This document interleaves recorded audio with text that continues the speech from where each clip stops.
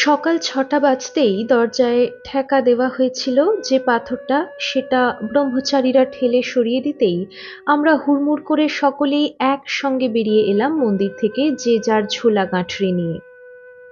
পথে ঘাটে গাছপালা সব কুয়াশায় ঢাকা, টুপটুপ করে শিশির পড়ছে, ঝোড়ো হাওয়া বইছে। সামনেই নর্মদা বয়ে চলেছে। সেদিকে তাকিয়ে দেখি যথারীতি অত ভোরেই নাঙ্গা সাধু স্নান করে আসছেন, তার গা থেকে জল ঝরছে।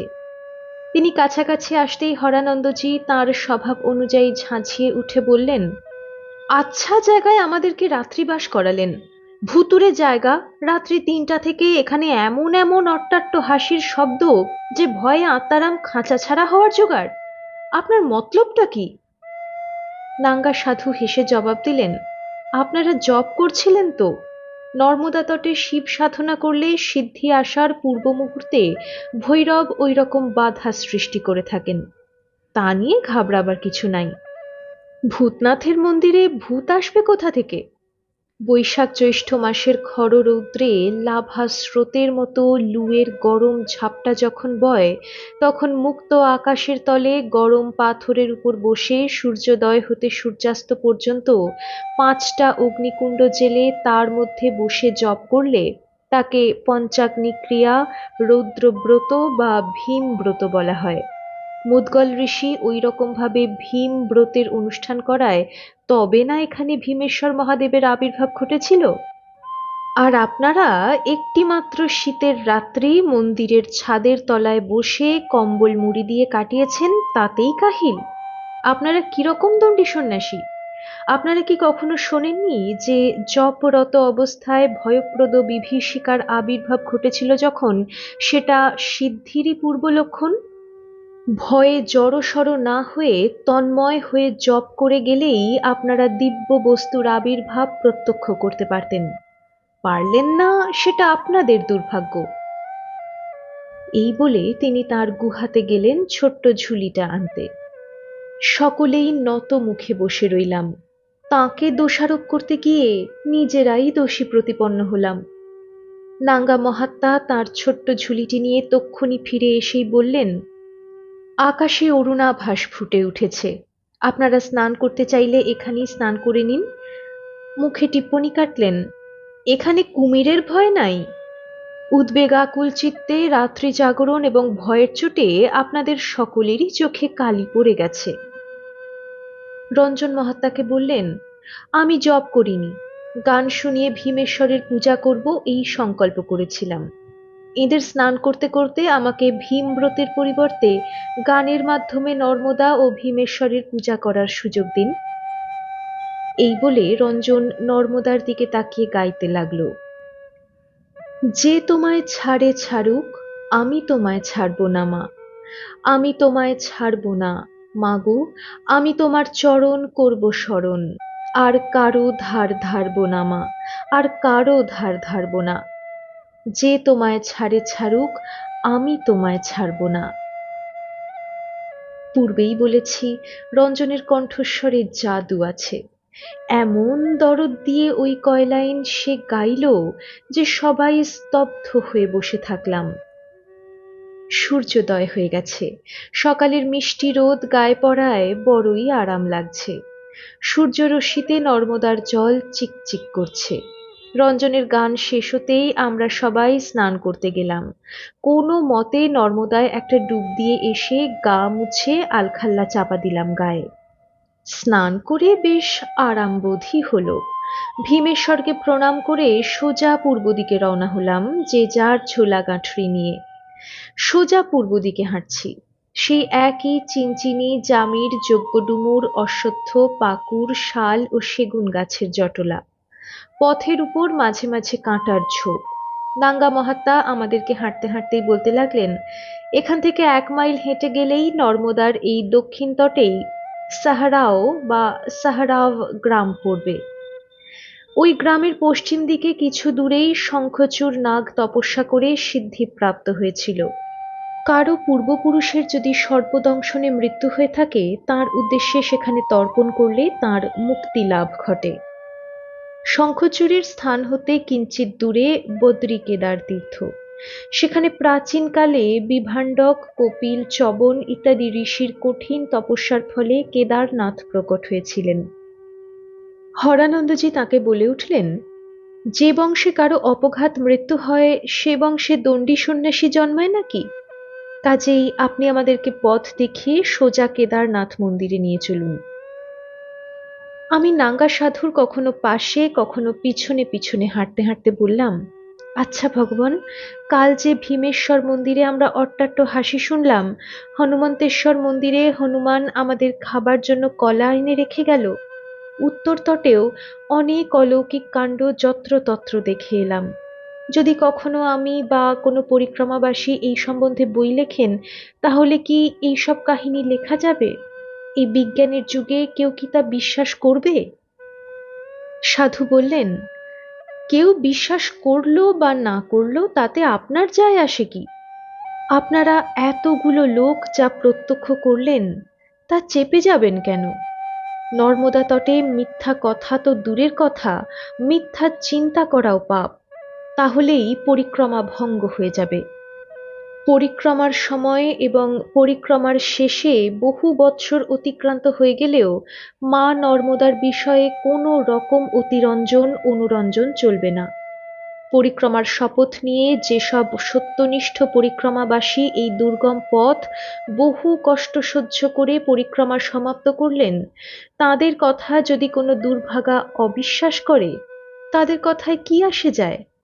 আর বিজ্ঞানের কথা বলছেন? হ্যাঁ, এক সময় ছিল বটে যখন বিজ্ঞান বলতে আরম্ভ করেছিল ভূত ও ভৌতিক শক্তি, ম্যাটার অ্যান্ড ফিজিক্যাল এনার্জি। বিশ্ব রচনার পক্ষে যথেষ্ট।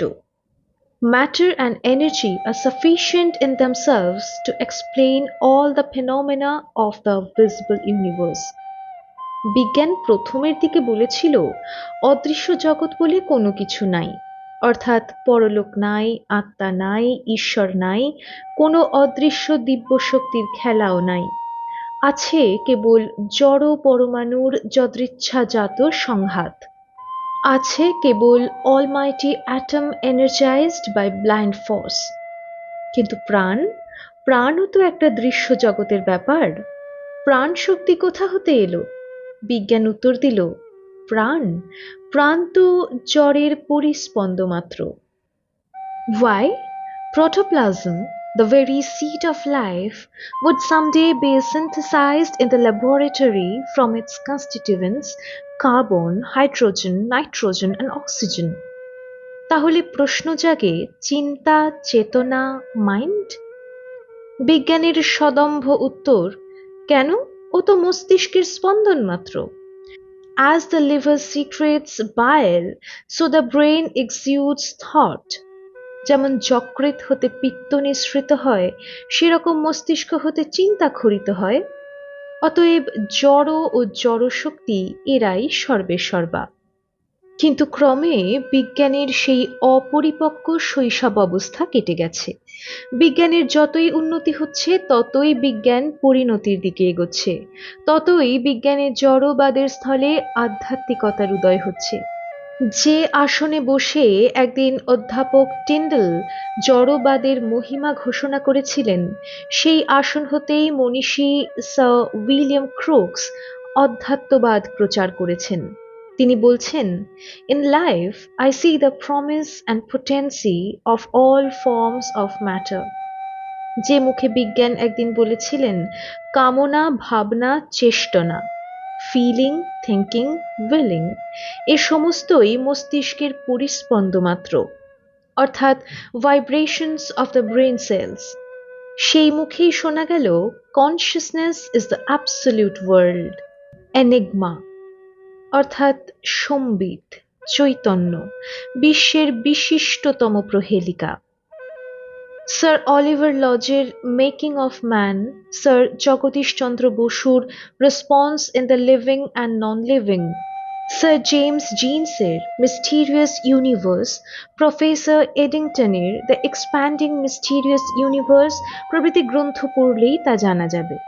কাজেই আপনারা কেউ যদি মা নর্মদার মহিমা জ্ঞাপক কোনো বই লেখেন, তাতে অবশ্যই কে কি ভাবলো না ভাবলো অগ্রাহ্য করে অকপটে যা দেখেছেন তা লিখে দেবেন। কথা শেষ হতে না হতেই তিনি একটি সুপ্রাচীন মন্দিরের সামনে এসে দাঁড়ালেন। সেখানে কিছু যাত্রী এসেছেন পূজা করতে। তাঁরা মা নর্মদা এবং কেদারনাথের স্তব পাঠ করছেন। বুঝলাম এটাই সাহারাও গ্রামের কেদারনাথ মন্দির। পুরোহিতজি আগে আমাদের দলকে প্রবেশাধিকার দিলেন। মহাত্মা শিবের অষ্টমূর্তির প্রণাম মন্ত্র পাঠ করতে লাগলেন। আমরা কেদারনাথের মাথায় কমণ্ডলুর জল ঢেলে প্রণাম করলাম। হিমালয়ে কেদারনাথের দর্শন আমি এবং আমাদের দলের আরো ২-৪ জন সন্ন্যাসী করেছি। আমরা সকলেই দেখে অবাক হলাম, হিমালয়ে গৌরী কেদারনাথের মতোই এই শিবলিঙ্গটি একটি উল্টানো ধামার মতো। মাঝখানে একটি উপবীতের টানা দাগ থাকায় গৌরী কেদারের অনুরূপ দুটি স্পষ্ট ভাগ হয়েছে। মন্দিরের বাইরে আসতেই মহাত্মা আমাদেরকে বললেন, মহর্ষি পরাশর এখানে সন্তান কামনায় উগ্র তপস্যা করায় অভাল লোচন স্বয়ং শম্ভু স্বয়ং বেদব্যাস রূপে তাঁর পুত্র হয়ে জন্মেছিলেন। মন্দির হতে কিছু দূরেই নর্মদা বয়ে যাচ্ছে। নর্মদার তীরে দাঁড় করিয়ে তিনি আমার দিকে তাকিয়ে আমাকে জিজ্ঞাসা করলেন, ওই পারের উত্তর তটকে চিনতে পারেন? আমি সেদিকে এক দৃষ্টে তাকিয়ে দেখলাম অনেক বড় বড় নৌকা বোঝাই বাঁশ এবং কাঠ বোঝাই নৌকা দাঁড়িয়ে আছে। ওপারে একটি লাল পাথরের চৌকো পাথরের একতলা বাড়ি দেখে আমার স্মৃতিতে ভাসল যে ওইটা তিলকবাড়ার ডাকঘর হতে পারে। সে কথা জানাতেই তিনি বললেন, ঠিকই বলেছেন, ওই পারের গ্রামের নাম তিলকবাড়া।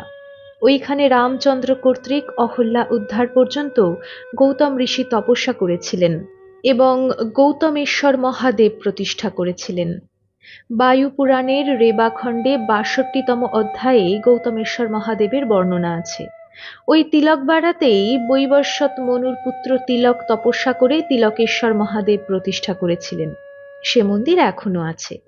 ভারত থেকে তিলকবাড়া পর্যন্ত ব্যবসায়ীরা বাঁশ ও মূল্যবান কাঠ বয়ে নিয়ে গিয়ে ব্যবসা করে। তাঁদেরই নৌকা দাঁড়িয়ে আছে। চলুন এবার যাওয়া যাক। আমরা নর্মদাতে নেমে কমণ্ডলু ভরে নিয়ে আবার হাঁটতে লাগলাম। এদিকের পথ তত জঙ্গলাকীর্ণ নয়, পথঘাটও অপেক্ষাকৃত ভালো। দূরে দূরে ২-১টা পল্লীও দেখা যাচ্ছে।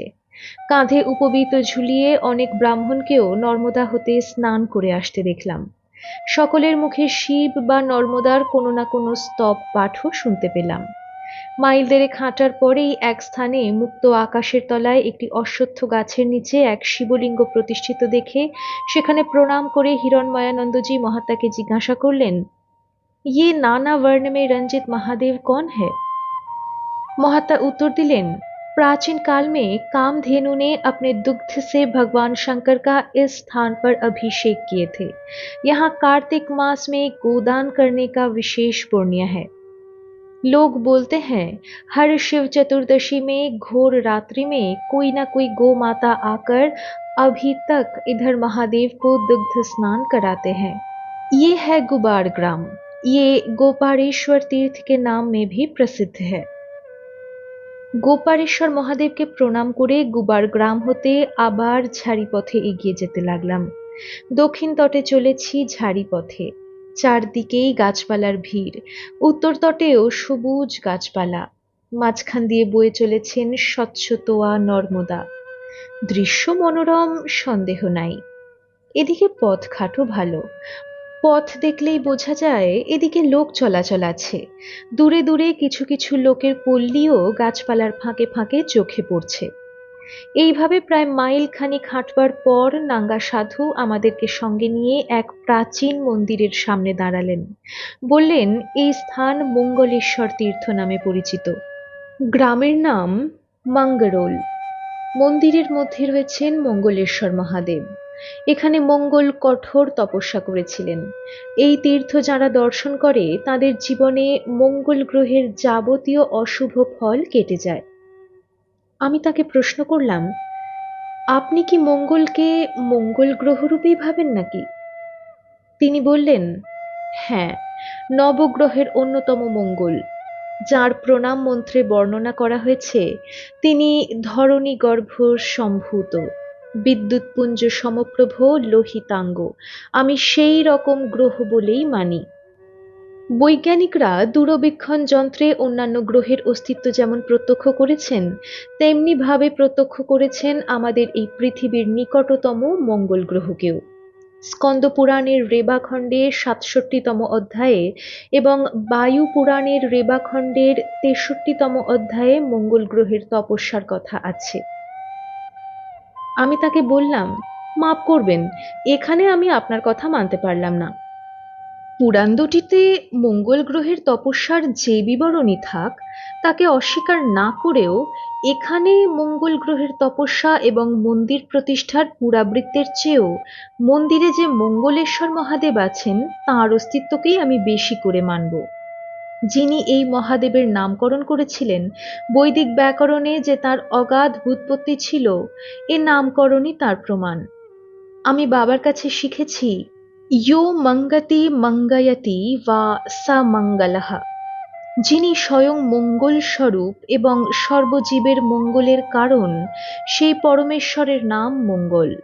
মহাদেব তো স্বয়ং মঙ্গল স্বরূপ বটেই। মঙ্গেরালচ সূত্রটির উচ্চারণ সংকেত থেকে এই গ্রামের মাঙ্গরোল নামকরণের তাৎপর্য বোঝা যায়। মহাত্মা বললেন, তাহলে এর আগে জিগোর বা জিমুতপুর মহল্লায় যে শনি এবং বৃহস্পতির তপস্যা ক্ষেত্র দেখে এলাম, সেই স্থানগুলির মাহাত্ম্য তাহলে আপনি মানতে প্রস্তুত নন? আমি বললাম, মানব না কেন? তবে যদি শনি বা বৃহস্পতি বলতে কোনো দেবতা বা ঋষিপুত্রকে বোঝায়, তাহলে তা মানতে বাধ্য, নতুবা নয়। যেমন ধরুন, দেবতাদের গুরু রূপে বৃহস্পতি সর্বজনমান্য। তিনি মহর্ষি অঙ্গিরার পুত্র, হিরণ্যবর্ণ পুরুষ, যোগ ও জ্ঞানের মূর্ত বিগ্রহ। দৈত্যগুরু শুক্রাচার্য ছিলেন মৃত সঞ্জীবনী বিদ্যায় পারঙ্গম। যুদ্ধে দেবতাদের দ্বারা কোনো দৈত্যের মৃত্যু ঘটলে তিনি মৃত সঞ্জীবনী বিদ্যা প্রভাবে তাকে বাঁচিয়ে তুলতেন। তাই জন্য বৃহস্পতি তার জ্যেষ্ঠ পুত্র কচকে শুক্রাচার্যের কাছে যে কোনো কৌশলে ওই সঞ্জীবনী বিদ্যা আয়ত্ত করতে পাঠিয়েছিলেন। বিষ্ণু পুরাণে আছে, বৈবস্বত মন্বন্তরে চতুর্থ দাপরে বৃহস্পতি ব্যাস রূপে জন্মগ্রহণ করে বেদ বিভাগ করেছিলেন। যে কোনো মন্বন্তরে যে কোনো যুগে সেই ঋষি, ঋষিপুত্র বা দেবগুরু জিগরের নর্মদা তটে এসে তপস্যা করতে পারেন। কারণ শিবভূমি নর্মদার তট ছাড়া তপস্যার শ্রেষ্ঠ সিদ্ধিপ্রদ স্থান আর কোথায় আছে? তাই বলে বায়ু পুরাণের গ্রন্থকার লিখেছেন বলে আমাকে মেনে নিতে হবে যে আকাশমণ্ডলে অবস্থিত বৃহস্পতি নামক গ্রহ, যা বৈজ্ঞানিকদের দূরবীক্ষণ যন্ত্রে ধরা পড়ে, সেই স্থূল গ্রহ তার কেন্দ্র ছেড়ে জিগোর মহল্লায় বসে তপস্যা করেছিলেন। এ হলো বায়ু পুরাণ রচয়িতার সকপোল কল্পিত অবাস্তব কল্পনা মাত্র। সিংহ রাশিতে বৃহস্পতির যখন সঞ্চার হয়, সে সময়ে জিগরের ওই নির্দিষ্ট স্থানে দান তপ করলে অনেক পুণ্য, কিংবা কুম্ভ রাশিতে শনির প্রবেশ ঘটলে সে সময় দান ধ্যানে অনেক পুণ্য। এসব কথা শুনলে সহজেই বোঝা যায় ওই পুরাণ লেখক নিশ্চয়ই কোনো জ্যোতিষী মহারাজ ছিলেন। তিনি কোনো বেদবিদ তপস্বী হলে নিশ্চয়ই কল্পনার দ্বারা এক সুবিশাল আয়তনের গ্রহকে তপস্যার জন্য টেনে নামাতেন না। বেদাধ্যয়নের প্রভাবে তাহলে তিনি নিশ্চয়ই বুঝতেন যে বৃহৎ শব্দপূর্বক এই ধাতুর উত্তর দতি প্রত্যয়, বৃহৎ শব্দের তকারের লোপ এবং সুভাগম হওয়াতে বৃহস্পতি শব্দ সিদ্ধ হয়। यो बृहतामाकाशादीनां पतिः स्वामी पालयिता स बृहस्पतिः। যিনি মহানদের চেয়েও মহান, যিনি আকাশাদি ব্রহ্মাণ্ড সমূহের অধিপতি, সেই পরমেশ্বরের নাম বৃহস্পতি। শনি সম্বন্ধেও আমার একই কথা। পুরাণকারের জ্যোতিষ জ্ঞানে শনি বলতে জ্যোতিষশাস্ত্রের গ্রহরাজ শনি গ্রহের কথা মনে পড়ছে। ব্রহ্মবৈবর্ত পুরাণে আছে, একসময় শনি ধ্যানমগ্ন এবং পূজারত ছিলেন। সেই সময়ে তার স্ত্রী তাঁর কাছে এলেন, কিন্তু ধ্যানমগ্ন শনি স্ত্রীর প্রতি দৃষ্টিপাত করলেন না। এতে স্ত্রী ক্রুদ্ধা হয়ে স্বামীকে শাপ দেন, তুমি যার প্রতি দৃষ্টিপাত করবে তারই মুন্ডু উড়ে যাবে। পার্বতীর পুত্র গণেশ জন্মগ্রহণ করলে দেবতারা নবজাতককে দেখতে গিয়েছিলেন। শনিও তাঁদের সঙ্গে ছিলেন। তিনি পার্বতী তনয়ের দিকে তাকালেন না। মা পার্বতী এর কারণ জিজ্ঞাসা করলে তিনি জানান যে স্ত্রীর অভিশাপ আছে, তিনি যার দিকেই তাকাবেন তারই মুন্ডু উড়ে যাবে। কিন্তু একথা অবিশ্বাস করে তার পুত্র মুখ দর্শনের জন্য পীড়াপিড়ি করলে তিনি বাধ্য হয়ে গণেশের দিকে দৃষ্টিপাত করা মাত্র গণেশের মস্তক ছিন্ন হয়ে যায়। পুত্রকে মস্তকহীন দেখে ক্রুদ্ধা পার্বতী শাপ দিলেন। এর ফলে শনি খোঁড়া হয়ে গেলেন। পুরাণের এই গল্প বিশ্বাস করতে না পারলেও এর থেকে একটা অন্তত প্রমাণিত হয় যে শনি মেয়ার আ প্ল্যানেট নন, তিনি ছিলেন একজন সেন্টিয়েন্ট বিইং। পাণিনি ব্যাকরণানুসারে শনি শব্দের ব্যুৎপত্তি করলেও দেখা যায় ইয়াহ শনৈশ্চরতি সা শনৈশ্চরঃ, যিনি সকলের মধ্যে সহজেই প্রাপ্ত এবং ধৈর্যবান সেই পরমেশ্বরের নাম শনৈশ্চর বা শনি।